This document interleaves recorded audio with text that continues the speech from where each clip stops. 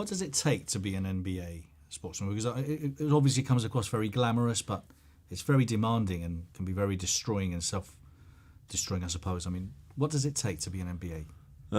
A great tolerance for mundanity.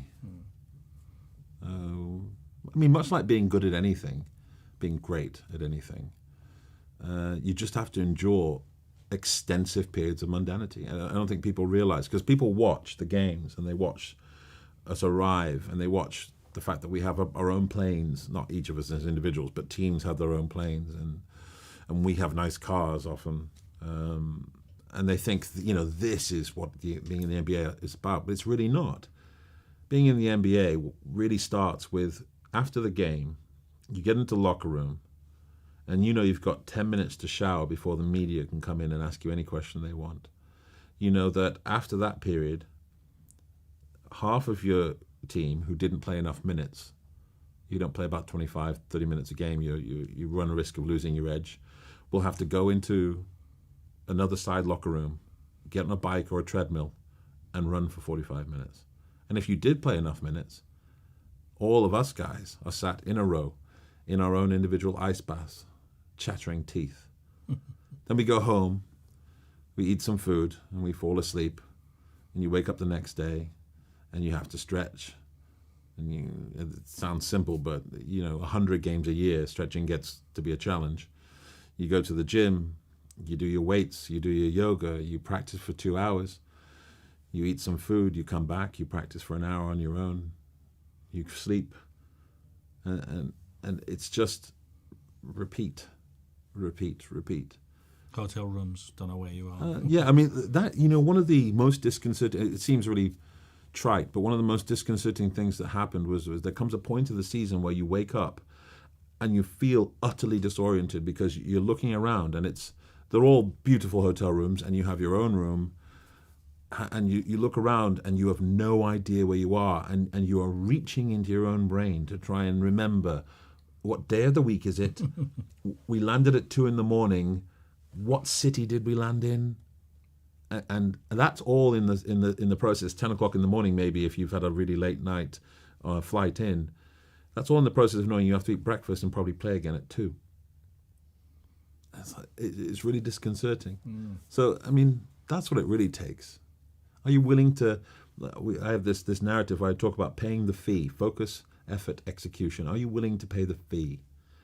And if you're willing to pay the fee of staying focused on the tiny details, on the minutiae, if you're willing to put in effort in every moment, not every other, not the ones where people are watching, every moment, and then above that, execute, which is not just do things with great intensity, but do things perfectly with great intensity, always, then you can be great.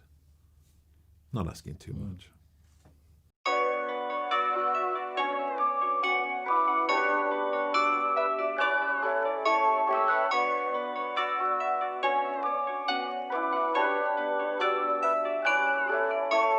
New Chanel, Mama and Gucci, got out the hoop, yeah. Been through hell, carry the life is a movie, yeah. We prevail. Now we do the groupies, don't do the groupies, yeah. Got money for bail, don't act like you know me, knock off your coffee, yeah. Flooded the rollie with Ethan, Hellcat Katrina the Beamer, blowing the money like Freeman. I got a flex in the sleepers, they tryna do me like Caesar. You gotta watch for the creepers, I got the eye to see you.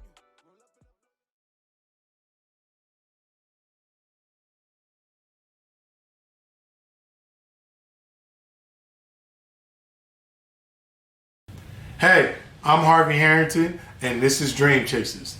Watching this clip of John Amechi, he talks about playing in the NBA and all the glorious stuff that comes with it, but you don't see the stuff that happens behind the scenes.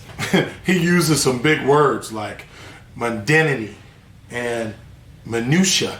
I had to go Google those, so I didn't know what they meant, but I'm sure you don't either. But he talks about just finding a way to be normal within the realm of a game that's not normal. I mean, most NBA players that are out there now, they're looked at as being on a higher totem pole than everybody else in the general public.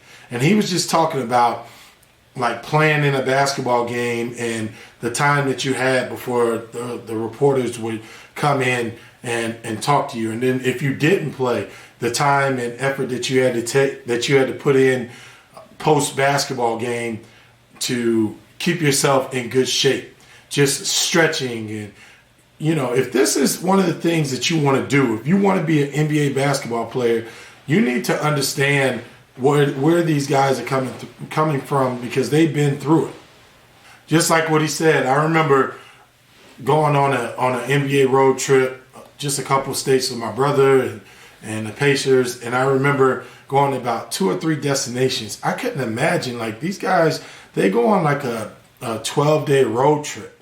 One thing that you have to understand is that the level of work and commitment that it takes to be an NBA player is colossal. I mean, it's one of the biggest things for the accomplishment that you gain from going to the NBA.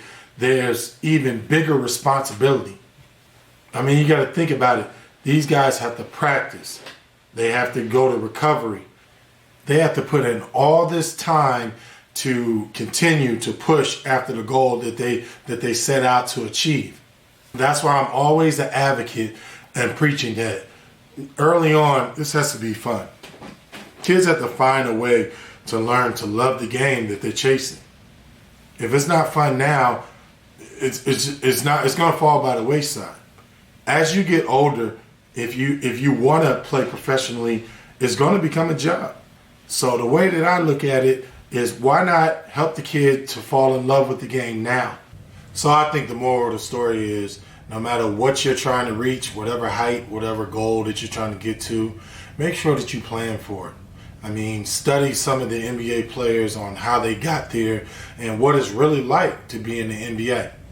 I'm Harvey Harrington, and this is Dream Chasers.